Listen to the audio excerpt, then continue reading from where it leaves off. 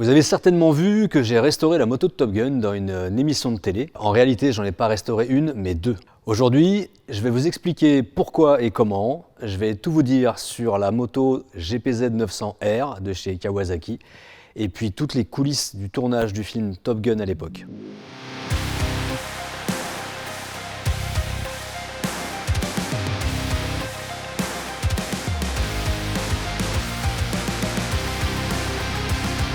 Bienvenue sur PN Classique.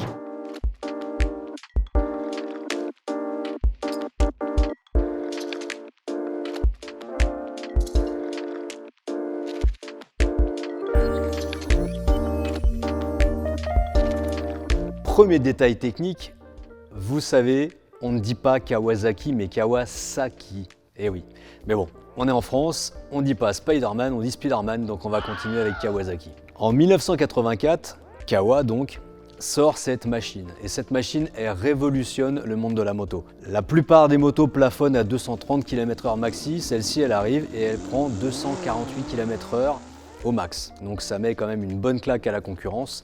Chez Kawa c'est la première moto carénée, c'est la première moto à refroidissement liquide, c'est la première moto 16 soupapes, bref une vraie révolution. L'année de sa sortie, par exemple, il y a quelqu'un qui va engager la moto sur le Tourist Trophy de l'île de Man et qui va gagner dans sa catégorie en stock. Rien que ça. Après, cette moto-là n'a pas fait énormément de compétition, mais a eu pas mal de petits passages rigolos. Johnny Hallyday, notamment, a fait construire un GPZ 900 tout chromé pour faire son entrée au Zénith sur un de ses concerts.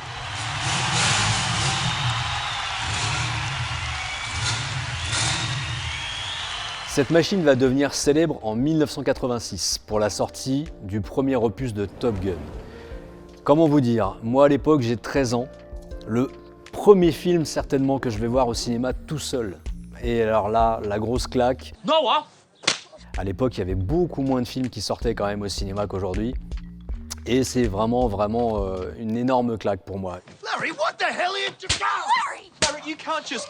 J'ai rêvé d'être à la place de Tom Cruise sur la machine, dans l'avion, avec Kelly, enfin bref, voilà, le rêve. Oh yeah. C'est quand l'opus numéro 2, Maverick, a été annoncé pour sa sortie que je me suis dit que ce serait vraiment bien quand même d'aller au bout de ce rêve et de fabriquer la réplique de cette moto. Vous allez me demander pourquoi deux machines et pas une seule. Eh bien, il y a plusieurs raisons. Déjà, historiquement, dans le film, il y avait deux motos. What? Il y avait deux machines, puisque pour des raisons de tournage, une qui tombait, une qui était abîmée, une qui démarrait pas, bref, il y avait deux machines. Et pour les différencier, il y avait deux décos différentes. J'ai fait deux répliques, j'ai fait les deux décos. Voilà. L'histoire commence avec la Paramount, qui appelle Kawasaki, en leur demandant de leur fournir les machines. Puisqu'on parle d'avion, on parle de top pilote, il fallait la top machine de l'époque et donc la Paramount s'arrête sur ce modèle précis. Ils demandent à Kawa de fournir les machines et Kawa refuse. Donc ils se sont dit bon, on n'a pas le choix, on veut celle-là, on les achète. Mais comme on les achète et que Kawa a refusé de nous les donner, eh bien on va enlever les insignes. C'est pour ça que ces machines-là sont entièrement débadgées. C'est un petit peu comme l'histoire du film Bullitt avec la Mustang, c'est pareil, c'est pour ça qu'il n'y a pas l'insigne Mustang nulle part, tout simplement pour des raisons d'argent. Alors ça n'a pas été facile de trouver des informations là-dessus parce que déjà c'est un peu vieux, hein, et puis c'est un petit peu secret là-dedans, dans le milieu. Il a fallu que je m'appuie sur des forums spécialisés, sur des fans, disséminés même aux quatre coins de la planète. J'ai chopé des infos en Australie, donc imaginez quand même. J'ai appris donc que c'était monsieur Chris Dolan, qui avait acheté les motos et fourni les motos à la Paramount, et c'est lui qui avait fait les transformations nécessaires pour le film. D'abord, virer les insignes pour qu'on ne voit plus la marque, et puis ensuite appliquer cette peinture un petit peu spécifique avec le petit filet, la peinture en deux tons, etc., parce que ça, c'est pas de la peinture de série. L'essentiel de la transformation va se jouer sur les autocollants. Donc on va retrouver un petit peu tous les badges de tous les pilotes de la Navy à l'époque et notamment de l'école Top Gun, avec leur escadron, avec leur école, avec les numéros du porte-avions sur lequel ils servaient, etc., etc. On va retrouver les stickers de tous les petits rebelles de l'époque finalement, notamment le 55 barré. Donc ça, c'est Nixon qui essaye de mettre en place une limitation de vitesse à 55 miles par heure et tout le monde protestait et donc mettait sur son véhicule, voiture, moto, le petit 55 barré, histoire de dire on n'est pas d'accord. Et puis après, il y avait des petits jeux de mots un petit peu rigolos.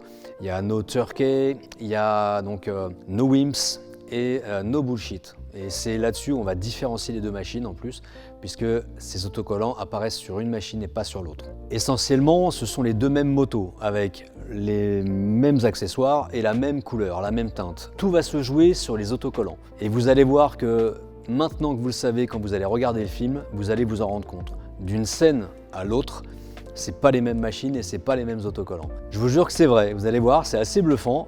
Maintenant que vous le savez, vous allez penser à moi en regardant le film. Une des différences notables, c'est l'autocollant sur le réservoir.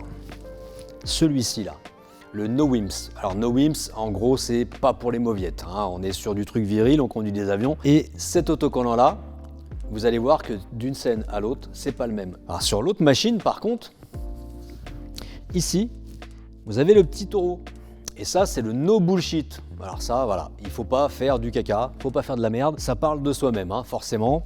Et vous allez remarquer vraiment d'une séquence à l'autre, vous allez trouver alternativement celui-ci et celui-ci.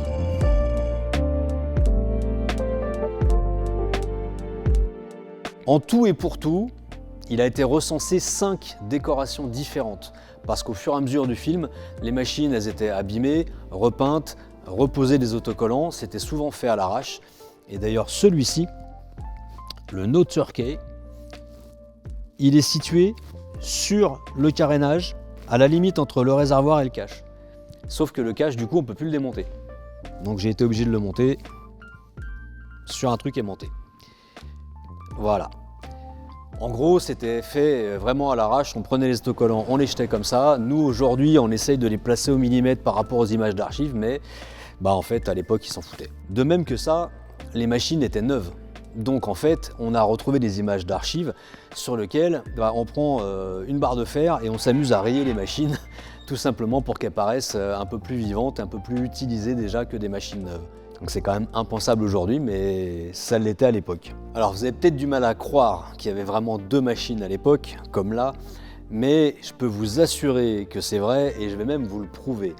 Il y a une scène dans le film où on voit les 2 motos en même temps sur la même image.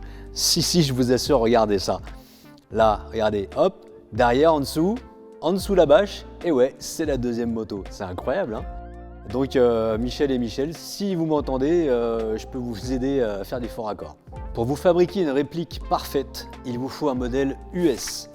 Le modèle US, il a quelques petits détails de différence, pas grand chose, mais ça change tout par rapport au film, encore une fois, pour être vraiment parfait. Vous allez retrouver ici des catadioptres, juste là, les oranges. Et puis derrière, vous avez une bavette qui va être plus longue, qui descend beaucoup plus long. Alors c'était moche, tout le monde les coupait, maintenant c'est introuvable. C'est un peu compliqué à trouver, celle-ci je l'ai achetée aux États-Unis. Sur la bavette, vous avez des catadioptres, rouges ce coup-ci. Et là, le petit détail qui va faire la différence, la plaque d'immatriculation. J'ai fait la plaque d'immatriculation de Tom Cruise dans le film. Alors bien entendu, on n'a pas le droit de rouler avec. Mais bon, pour aller sur les rassemblements, les manifestations, les salons, c'est le petit détail qui fait la différence. Malheureusement, je ne peux pas conduire 2 machines à la fois. Donc, j'y ai passé beaucoup de temps. Ça me fait vraiment mal au cœur, mais je vais être obligé de me séparer d'une des 2. Je pense que je vais vendre celle-ci. Si jamais vous voulez vous faire une réplique, mais que vous avez un peu la flemme, il y a une solution simple, c'est de prendre ça. Voilà.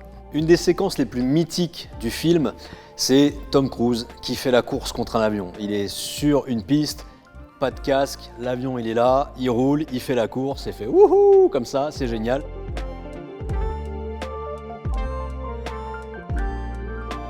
Sauf qu'en fait, quand on creuse un peu, on se rend compte que la scène, elle a été tournée avec la moto sanglée sur une remorque et tractée par un 4x4. Bon, c'est un petit peu moins fun que ça. J'ai l'équipement complet, le blouson, la moto, tout ce qu'il faut. Qu'est-ce que vous diriez si j'allais chercher un avion pour refaire la scène mythique, mais ce coup-ci sans la remorque, pas comme Tom Cruise, pas comme des Turkey, hein? Ça pourrait être bien ça, dites-moi en commentaire si ça vous branche ou pas. Comme vous voyez, les rêves sont faits pour être concrétisés et moi je viens d'en réaliser un et j'en suis super heureux. Ça va être la fin de cette vidéo, moi il faut que je reprenne la route, donc n'hésitez pas, abonnez-vous, vous likez, la cloche, etc., etc. Et puis je vous dis à bientôt. Salut les amis!